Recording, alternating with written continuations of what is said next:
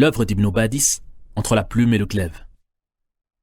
On raconte que lorsque le célèbre révolutionnaire Che Guevara a été arrêté après avoir été dénoncé par un berger, on a demandé à celui-ci « Pourquoi as-tu dénoncé un homme qui a passé toute sa vie à vous défendre, ainsi que vos droits ?»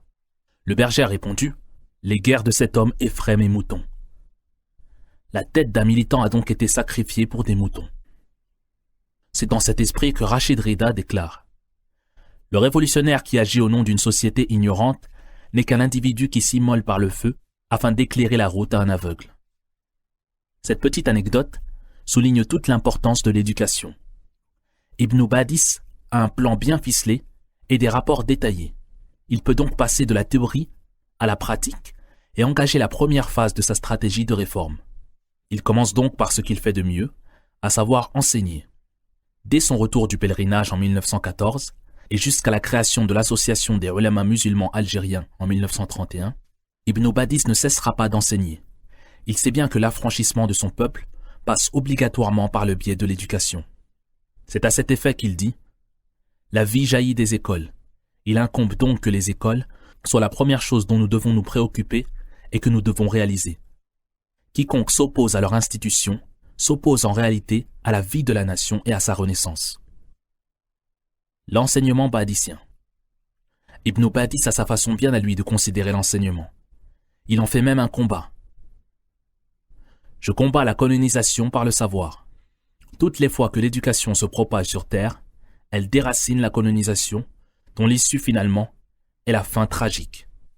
Dans une lutte acharnée pour la réforme, Ibn Badis fournira durant cette première étape de son plan 17 années d'efforts constants, car il en fait un engagement personnel. Je vous promets de passer le restant de ma vie pour l'arabe et l'islam, comme je l'ai passé durant ma jeunesse dans ce but. Ils sont une obligation. En outre, je consacrerai ma vie uniquement à l'islam et au Coran, ainsi qu'à la langue de l'islam et du Coran. Tel est mon engagement envers vous. Puis, il invite ses élèves à partager avec lui cet enseignement en disant « Je ne vous demande qu'une seule chose, c'est de mourir dans le respect de l'islam et du Coran, ainsi que de la langue de l'islam et du Coran. » L'autre particularité de son enseignement est le vif intérêt qu'il accorde à ses élèves. Plus qu'un enseignant, il veut être un éducateur proche de ses élèves, un père spirituel. Il incombe à l'enseignant qui désire faire de ses élèves des hommes de leur faire sentir un à un qu'il est lié à chacun d'eux de manière spécifique, outre le lien général qui les unit, et de leur confirmer cette attitude de par l'attention particulière qu'il réserve à chacun d'eux en dehors des cours, dans l'ensemble des volets de sa vie, de sorte que chacun ait le sentiment de bénéficier d'une éducation et d'un enseignement sous la tutelle d'un père spirituel qui fait montre de compassion et lui porte un intérêt identique à celui de son père, voire davantage. Il enseigne d'abord aux enfants des écoles coraniques dans la mosquée L'Akhdar à Constantine, mosquée qui deviendra le centre principal de ses activités. Il raconte « Quand Allah m'a facilité le recours à l'enseignement en 1914, j'ai consacré une partie de mes cours à instruire les enfants des écoles coraniques quand ils les quittaient, chaque fin de matinée et fin d'après-midi. Ce fut la première fois qu'on enseignait à des enfants. Autrefois, dans les écoles coraniques, les enfants n'apprenaient que le Coran, mais avec Ibn Badis, l'enseignement du livre sacré prend une toute autre dimension. S'il se focalise sur le Coran, c'est bien entendu parce que son cheikh, Hussein Ahmed el-Hindi, le lui a recommandé auparavant, mais il le fait surtout parce que son but est de former de véritables hommes. Il s'explique. En ce qui nous concerne, Allah en soit loué, nous éduquons nos élèves sur le Coran dès le premier jour et nous dirigeons chaque jour leur âme vers le Coran. Notre objectif qui se réalisera est que le Coran en fasse des hommes comme leurs prédécesseurs. C'est sur ces hommes du Coran que cette nation fonde ses espoirs et que nos efforts convergent avec les siens. Les enfants bénéficient également de l'apprentissage de la langue arabe et de la religion. Avec les adultes, Ibn Badis se montre tout aussi pédagogue. Il dispense des cours de sciences religieuses à des étudiants avertis et réserve à la masse des gens ordinaires des exhortations simples et poignantes, toujours basées sur le Coran. Il enseigne également le tafsir. Il le fera durant près de 25 ans. Les gens l'écoutent par centaines. Ses paroles attirent les foules, et son message, qui vise à purifier le dogme des mythes maraboutiques, bien ancré dans l'esprit collectif, fait mouche. Avec un tel sérieux, une telle ambition et un tel enthousiasme, la mosquée L'Akhdar se transforme vite en un établissement du savoir. Ses cours sont donnés de nuit comme de jour. Il traite de théologie, mais aussi de sciences modernes. C'est ainsi qu'on pouvait étudier le tafsir, le hadith, le fiqh, les règles de l'héritage, le dogme, la récitation du Coran, les fondements de principologie, usul al-fiqh, etc. Parallèlement à des cours de logique, de grammaire, de conjugaison, de rhétorique, de littérature, de mathématiques, de géographie et d'histoire.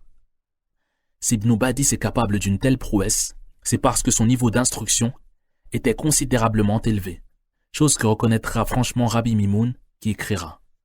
Ibn Badis a reçu son instruction au moment où nombre d'Algériens ont été formés dans des collèges et lycées français et ont obtenu des diplômes en médecine, en pharmacologie et autres. Mais quand on compare son niveau d'instruction au leur, on constate que le sien était beaucoup plus élevé. On peut même dire que, par rapport à lui, ils n'avaient aucune instruction, car ils vivaient en opposition avec eux-mêmes et n'avaient aucune identité propre, alors qu'Ibn Badis vivait en conformité avec lui-même et la société. Il exprimait son existence avec force et sagesse. Il a vécu en grand homme et a été vraiment formidable. Infatigable, malgré une santé qui laisse à désirer, Ibn Badis se déplace sans cesse pour enseigner dans les mosquées, les clubs et toute assemblée. Les étudiants affluent de partout. Ils sont à présent plus de 1000, bien qu'il privilégie la qualité à la quantité. Pour loger et nourrir toutes ces bouches, il fait appel à la générosité des bienfaiteurs.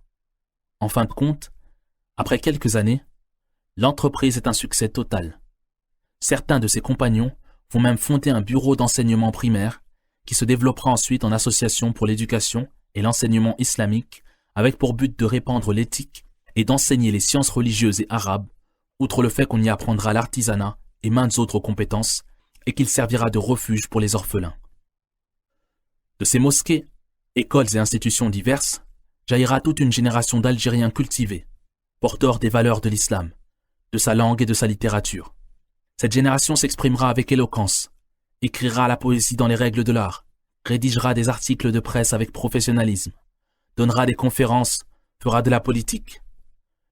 L'œuvre d'Ibn Badis dans le travail pédagogique, avec la construction d'écoles et la création d'associations, souligne l'avancement de sa pensée.